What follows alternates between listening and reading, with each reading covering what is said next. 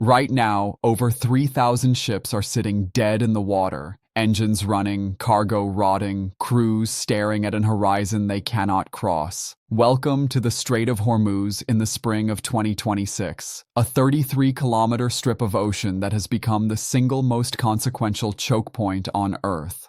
For decades, nearly one-fifth of the world's daily oil supply moved through this narrow passage without interruption.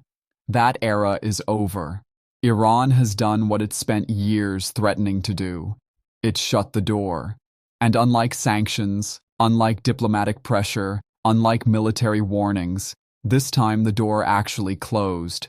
20 million barrels of crude that used to transit this passage every single day are now stuck. Oil prices blew past $100 a barrel within 72 hours. Freight rates are unrecognizable. Shipping companies are hemorrhaging losses. And somewhere in Tehran, strategists believe they have finally played the card that cannot be countered. But here is what they did not account for. Rather than collapsing into panic or waiting helplessly for diplomacy to rescue them, the world's biggest economies made a different decision entirely. They picked up shovels. They signed contracts. They began building 3 separate escape routes. One carved through mountain rock, one laid across desert sand on steel rail, and one threading a pipeline westward across the Arabian Peninsula directly into Mediterranean ports. And if even one of these projects reaches completion, Iran's greatest strategic card becomes permanently worthless. I'm David, and this is Global Conflict Feed. Today we go deep inside the infrastructure reshaping the Middle East's energy map, and explain why the world's response to this crisis may outlast the crisis itself. But first, understand exactly how bad this situation got. On the 2nd of March, 2026, Iran formally sealed the Strait of Hormuz to non-Iranian commercial shipping. This was not a warning. This was not a negotiating tactic. This was enforcement. The move followed Operation Epic Fury, a coordinated American and Israeli military campaign launched just 4 days earlier on the 28th of February. The response from global markets was instantaneous and brutal.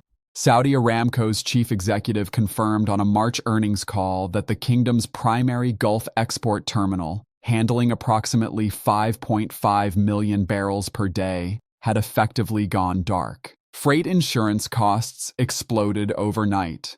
Maritime tracking firms identified 27 massive crude tankers queued up at an alternate Saudi port, desperately waiting for rerouted oil that hadn't yet arrived. Meanwhile, the southern entrance to the Red Sea, a separate passage called the Bab el-Mandeb, remained under shadow from Houthi forces in Yemen, who had already targeted more than 170 commercial vessels before a fragile ceasefire paused the campaign. That ceasefire is fraying. The world was being squeezed from both ends simultaneously, and that is the moment these 3 projects entered the conversation.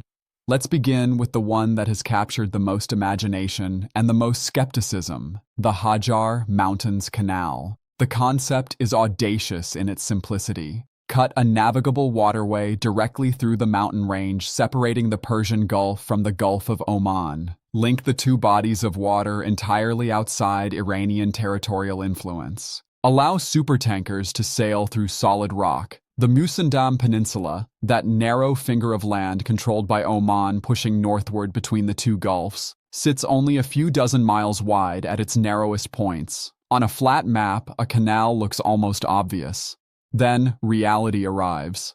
The Hajar Mountains rise to 3,000 meters in places. Engineering assessments describe peaks exceeding 6,500 feet directly above the proposed corridor. Published analyses suggest such a waterway would require not 3 lock systems, as viral concept videos imply, but potentially between 240 and 400 lock structures, each one comparable in individual scale to some of the world's largest dams. And that is not even the hardest problem. Unlike the Panama Canal, which sits inside one of Earth's wettest ecosystems and uses a vast natural lake, the Hajar Range is arid desert at altitude. Every lock cycle would demand pumping enormous volumes of seawater uphill at extraordinary energy cost. Engineering reviews published in early 2026 reached the same uncomfortable conclusion.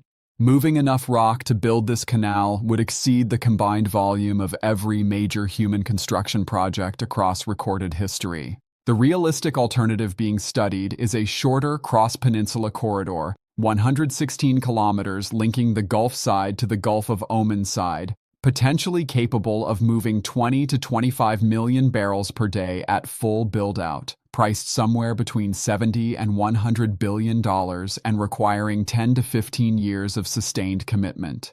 Expensive. But against the cost of a permanent closure, measured in the trillions, it begins looking less like an extravagance and more like mandatory insurance.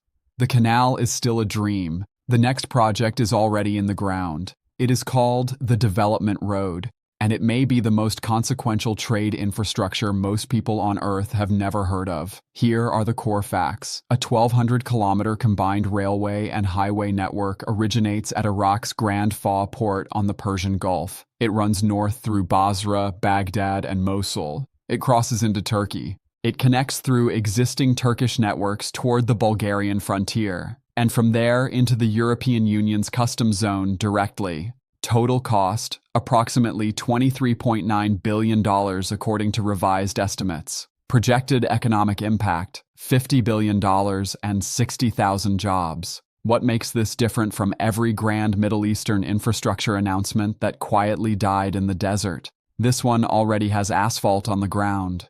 In April of 2024, Turkish President Erdogan traveled to Baghdad, his first visit in 13 years, and signed a formal quadrilateral agreement with Iraq, Qatar, and the UAE.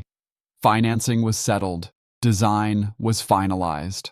On the 5th of December 2025, Iraqi Prime Minister al-Sudani personally inaugurated the first 63 kilometers of completed road running south from Grand Fa. The World Bank approved $930 million in railway modernization funding for Iraq in June 2025. The International Road Transport Union formally welcomed Iraq into the global TIR Transport Convention. The strategic logic is merciless in its clarity. A missile can sink a tanker, a drone can swarm a strait, but a railway buried under desert concrete is a fundamentally different kind of target. An inland freight shipment from Poland to the UAE through this corridor has already been completed in 12 days. The equivalent sea route via Suez takes 21. When fully operational, the development road aims to move 7.5 million containers and 33 million tons of cargo annually. Gulf oil and gas that today must pass through Hormuz would instead transfer at Fa onto trains and arrive in European markets in under 2 weeks. Turkey becomes the indispensable land bridge between hemispheres. Iraq, for the first time in a generation, becomes something other than a battlefield. It becomes a bridge. Now for the project carrying the highest political voltage of all. Speaking at a Jerusalem press conference with international media, Israeli Prime Minister Netanyahu outlined what he described as the only permanently sustainable answer to the Hormuz crisis. Rather than routing energy through maritime choke points, he argued, the solution was to build pipeline infrastructure westward through the Arabian Peninsula to Israeli Mediterranean ports, eliminating the choke points entirely. No strait, no blockade, no leverage.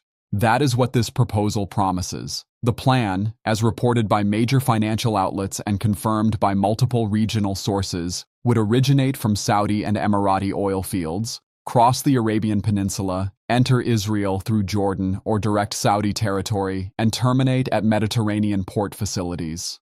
From there, energy would flow directly to European markets. No Hormuz, no Bab el-Mandeb, no Suez Canal required. But there is one partner who has not yet said yes: Saudi Arabia. Riyadh has not publicly endorsed routing its exports through Israeli territory. The normalization process between the two countries took severe damage after October 2023 and has not recovered.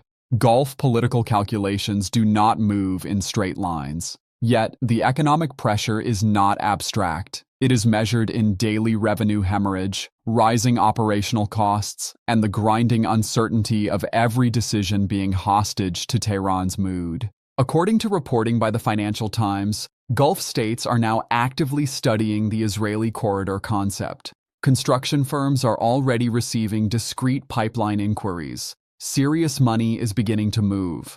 Whether the political will follows is the defining question of the next phase of this crisis. Consider what has already changed in weeks. Saudi Arabia's East-West pipeline, built in 1981 for a shorter war and never designed to carry the kingdom's full export load indefinitely, is now doing exactly that. It hit its full capacity of 7 million barrels per day on March 11, 2026. Crude exports via the Red Sea terminal surged 330% above pre-war levels. Combined with the UAE's Abu Dhabi crude pipeline, moving 1.5 million barrels per day entirely outside the strait, total alternative bypass capacity reached approximately 6 to 9 million barrels daily, a meaningful emergency buffer, but still 10 million barrels per day short of what Hormuz was carrying. The gap is the danger, and that danger does not sit still. Iran's strategic toolkit is long and well documented. In 2019, drone strikes on a single Saudi facility temporarily removed 5% of global oil supply in a single night. Proxy networks inside Iraq have already targeted Turkish military positions. Cyber capabilities targeting pipeline management systems have been demonstrated repeatedly. These are not future hypotheticals. They are the operational reality within which every one of these three projects must be built and protected. And yet, the signatures on the Development Road Agreement are real. The World Bank's $930 million is committed. The 63 kilometers of asphalt in southern Iraq exist.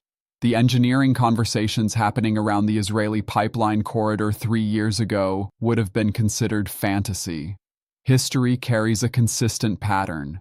Every time a power has tried to permanently weaponize a geographic choke point, Gibraltar, Suez, Malacca, the world eventually built around it.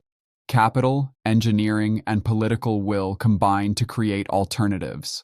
Not immediately, not cheaply, but inevitably. The Strait of Hormuz is not different in kind. It is different only in timing. The ships stranded in those waters today represent the last generation of vessels that will be fully dependent on that narrow passage. What is being constructed right now, across Iraqi desert, through Omani mountain studies, across diplomatic backchannels linking Riyadh to Tel Aviv, is the architecture of a world where no single nation can hold 20 million barrels of daily oil hostage by controlling 33 kilometers of water. Iran's great geographic trump card, the one that shaped decades of U.S. foreign policy, that made every president's Middle East calculus orbit around Hormuz, is being systematically dismantled, not by bombs, not by sanctions alone, by engineers, financiers, and politicians who have finally concluded that dependency costs more than construction. Water finds its own path, so does global trade. The only question remaining is whether Iran moves fast enough to stop what has already begun. If this breakdown helped you understand the full scale of what is happening, smash that like button right now. It genuinely helps us reach more people who need to see this story. And if you are not yet part of the Global Conflict Feed community, subscribe and hit the bell. Every development in this story is moving fast, and we will be here for every chapter. This is David. This is Global Conflict Feed. Stay informed.